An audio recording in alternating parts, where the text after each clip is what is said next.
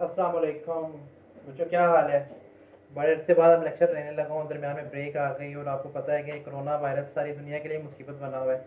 तो कोई बात नहीं, थोड़ा बहुत हर्ज जो है, लेकिन इंशाल्लाह हम कोशिश करेंगे कि अब ये ऑनलाइन लेक्चर्स जब तक आपकी क्लासेस अभी नहीं हो रही, 31 मई तक जो सुनने में आ रहा है कि आपके क्लासेस जो हैं कॉलेज ऑफ है, तो उस वक्त तक मैं फिर आपको ऑनलाइन पढ़ाऊंगा। मैं कोशिश करूंगा कि इस दौरान के अंदर जब तक आपकी छुट्टियां हैं आपको ब्लड बैंक का कोर्स हम इंशाल्लाह कवर कर लें।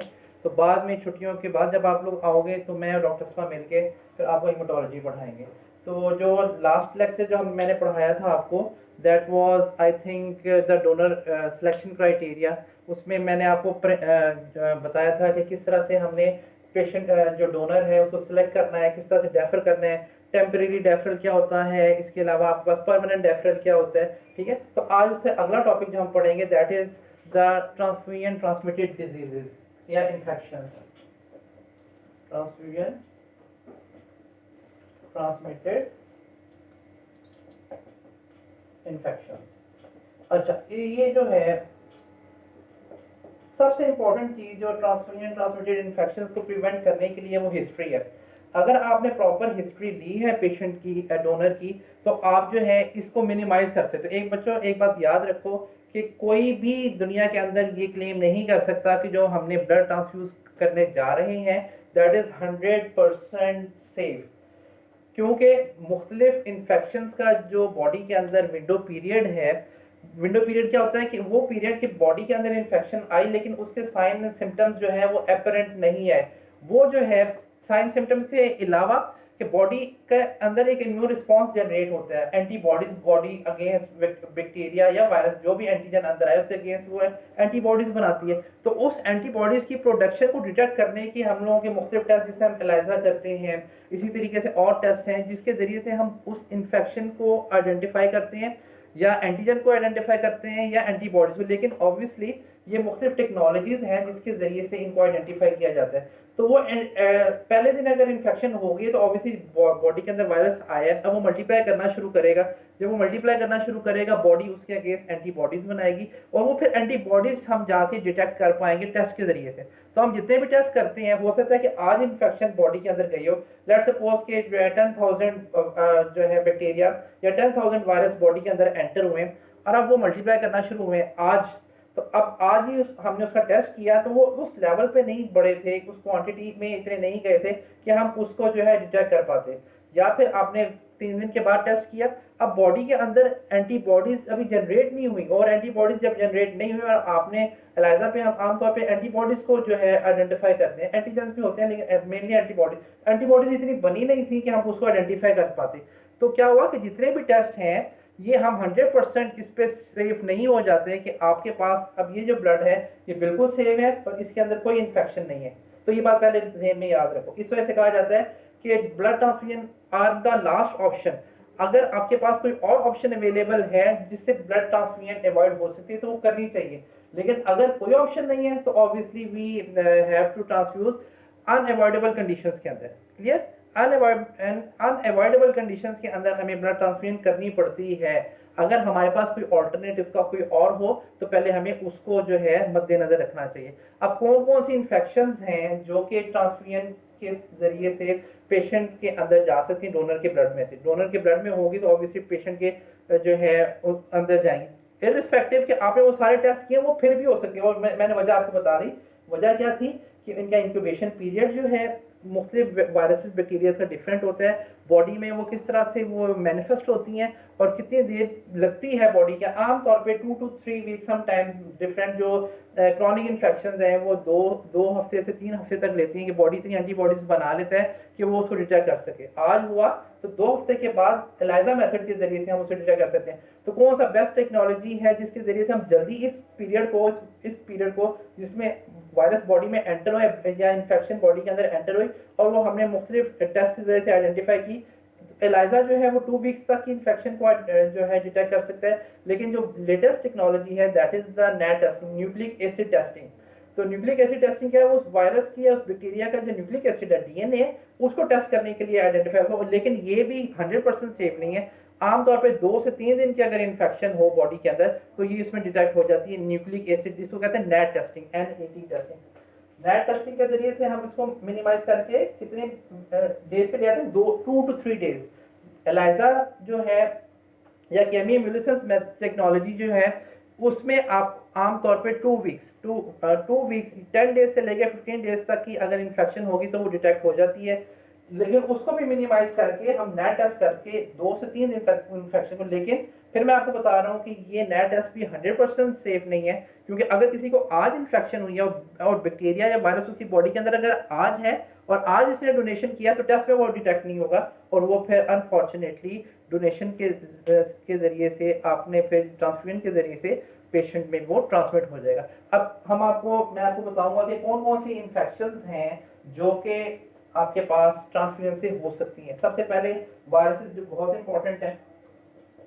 अब वायरसेस में बहुत सारे ग्रुप्स हैं जो कि ट्रांसफ्यूजन के जरिए से ट्रांसमिट होते हैं। सबसे इंपॉर्टेंट हेपेटो वायरसेस।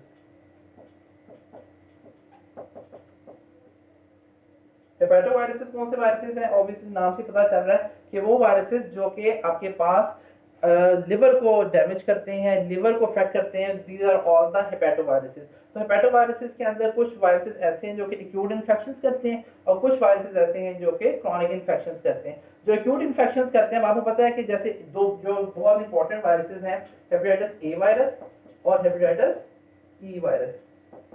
ये दोनों के दोनों जो है एक्यूट इन्फेक्शंस करते हैं।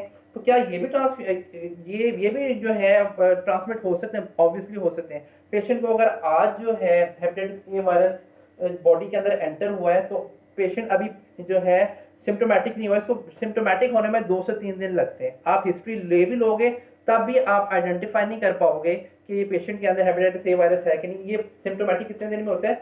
2 से 3 दिन। और आमतौर पर ये टेस्ट जो है पूरी दुनिया में कहीं पे भी नहीं किए जाते ट्रांसफ्यूजन से पहले। तो हिस्ट्री में हम आइडेंटिफाई कर लेते हैं कि पेशेंट को कोई ऐसा जो है कोई वॉमिटिंग, डायरिया या उसको जॉन्डिस वगैरह तो नहीं हुआ। लेकिन हेपेटाइटिस ए वायरस पेशेंट आमतौर पर 2 से 3 दिन, जब वायरस बॉडी के अंदर आता है तो 2 से 3 दिन में वो सिम्टोमेटिक हो जाता है। सिम्टोमेटिक में क्या होता है कि उसको जो है जॉन्डिस हो जाएगा, वॉमिटिंग आएंगी, डायरिया हो सकता है, ठीक है, फीवर हो जाएगा। तो और ये फैलता किससे है? हेपेटाइटिस ए और ई दोनों ओरोफिकल रूट से फैलते हैं। क्लियर? ओरोफिकल रूट से फैलते हैं। पेशेंट 2 से 3 दिन में सिम्टोमेटिक हो सकता है। और ये भी अगर पेशेंट के अंदर एसिम्टोमेटिक था और उसने डोनेशन दी, पेशेंट को अगर वो ब्लड लग गया तो पेशेंट के अंदर ये हेपेटाइटिस ए और ई वायरस जाके वही कॉम्प्लिकेशन कर सकता है जो कि ये पेशेंट में करेगा। यानी कि क्या करेगा?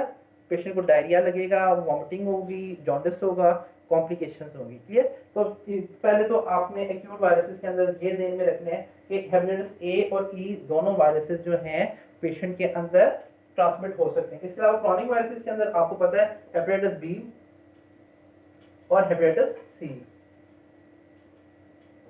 ये दोनों viruses again very important. Clear? Hepatitis A virus आमतौर पे 2 to 6 मंथ इसका इंक्यूबेशन पीरियड होता है। क्लियर? और इसके लिए ऑब्वियसली इसको देखने के लिए हम क्या करते हैं कि हम इसके HBs AG एंटीबॉडीज जो है वो कराते हैं। हेपेटाइटिस सी के लिए HCV एंटीबॉडीज की जाती हैं जिसके जरिए से हम डिटेक्ट कर लेते हैं। लेकिन फिर मैंने आपको बताया कि अगर आपने उस पीरियड के दौरान में जिसमें अभी पेशेंट के अंदर एंटीबॉडीज प्रोड्यूस नहीं हुई और अगर आपने इसका टेस्ट किया आज, यानी कि आज इसके अंदर वायरस की एंटी हुई डोनर के अंदर, और आपने कल या परसों उसका सैंपल ले लिया और उसका जो है ये टेस्ट करोगे, हेपेटाइटिस बी सर्विस एंटीजन कर लो या HCV एंटीबॉडीज कर लो, तो वो क्या आएंगी? नेगेटिव आएंगी, और पेशेंट जो है डोनर जो है वो तो उसके अंदर ये इन्फेक्शन डिटेक्ट नहीं हो पाएगी। तो हम फिर जो है जो अच्छे सेंटर्स हैं दुनिया के अंदर, जो वेल डेवलप्ड कंट्रीज हैं, वहाँ पे अब जो है नया टेस्टिंग उन्होंने गोल्ड स्टैंडर्ड बना लिया है, खास तौर पे हेपेटाइटिस बी और सी। तो जिस तरह से आपको पता है कि ये क्रॉनिक वायरसेस करते हैं, अल्टीमेटली पेशेंट के अंदर कॉम्प्लिकेशंस का होता है। खास तौर हेपेटाइटिस सी वायरस से पेशेंट को सिरोसिस हो सकता है, हेपेटोसेलुलर कार्सिनोमा हो सकता है, पेशेंट की उससे डेथ हो सकती है। तो बहुत खतरनाक वायरसेस हैं दोनों, लेकिन सी ज्यादा है। तो इसको डिटेक्ट करने के लिए, और विंडो पीरियड 2 हफ्ते तक आप डिटेक्ट नहीं कर पाते केमिम्यूलिसेंस पे भी और आपके पास जो है एलिजा मेथड से भी, तो क्या नया टेस्टिंग ये न्यूक्लिक एसिड टेस्टिंग के जरिए से आप उस 15 दिन के पीरियड को कम करके 2 से 3 दिन के ऊपर ले आते हो। क्लियर? तो ये इंपॉर्टेंट वायरसेस हैं जो कि डोनर से पेशेंट के अंदर जा सकते हैं और कॉम्प्लिकेशन कॉज कर सकते हैं। दूसरे नंबर में हेपेटोवायरसेस के बाद जो है very important viruses are the retroviruses. आपको पता है हेपेटाइटिस बी और सी वायरस डोनर को किस तरह हो सकती है? ये जो है ब्लड बॉर्न डिजीजेस, यानी कि ब्लड के जरिए से आप पेशेंट के अंदर जो है जा सकते हैं, और डोनर के अंदर भी ब्लड के जरिए से, जहाँ पे ब्लड का कांटेक्ट होगा। म्यूकोजल कोई पे अल्सरेशन है तो उसके जरिए से जा सकते हैं, कोई ट्रांसफ्यूजन उसको हुई है, कोई ऐसी नीडल उस जो है पियर्स हुई है जिसके ऊपर हेपेटाइटिस बी या सी का वायरस था। तो इसका जो बेसिकली जो रूट है वो क्या है? ब्लड के जरिए से, ठीक है, ब्लड बॉन्ड डिजीज है। इसके बाद जो इंपॉर्टेंट दूसरे वायरस है रेट्रोवायरसेस। रेट्रोवायरसेस जो है इसके अंदर इंपॉर्टेंट जो रेट्रोवायरसेस हैं HIV 1 और 2, ये this is human T cell leukaemia virus, human T cell leukaemia, HIV, ठीक है, HIV 1 और 2 और human T cell leukaemia virus TCLV। तो ये दोनों वायरसेस जो है ये रेट्रो वायरसेस की क्लासिफिकेशन के अंदर आते हैं, और ये दोनों वायरसेस जो है these are also enters they can also enter through the blood transfusion, clear। खास तौर पे हेपेटाइटिस HIV वायरस 1 और 2 ये तो आपको पता है कि बहुत खतरनाक है, एड्स कर देता है, इम्यूनो डेफिशिएंसी कर देता है, ठीक है, और उसकी वजह से पेशेंट के अंदर कॉम्प्लिकेशन, ऑल्दो कि इसका ट्रीटमेंट अब काफ़ी हद तक जो है डिस्कवर हो गया है, लेकिन ऑब्वियसली पेशेंट को लाइफ लॉन्ग जो है एंटीवायरस लेनी पड़ती हैं, इनके अंदर कॉम्प्लिकेशंस आ जाती हैं। तो ये भी इसी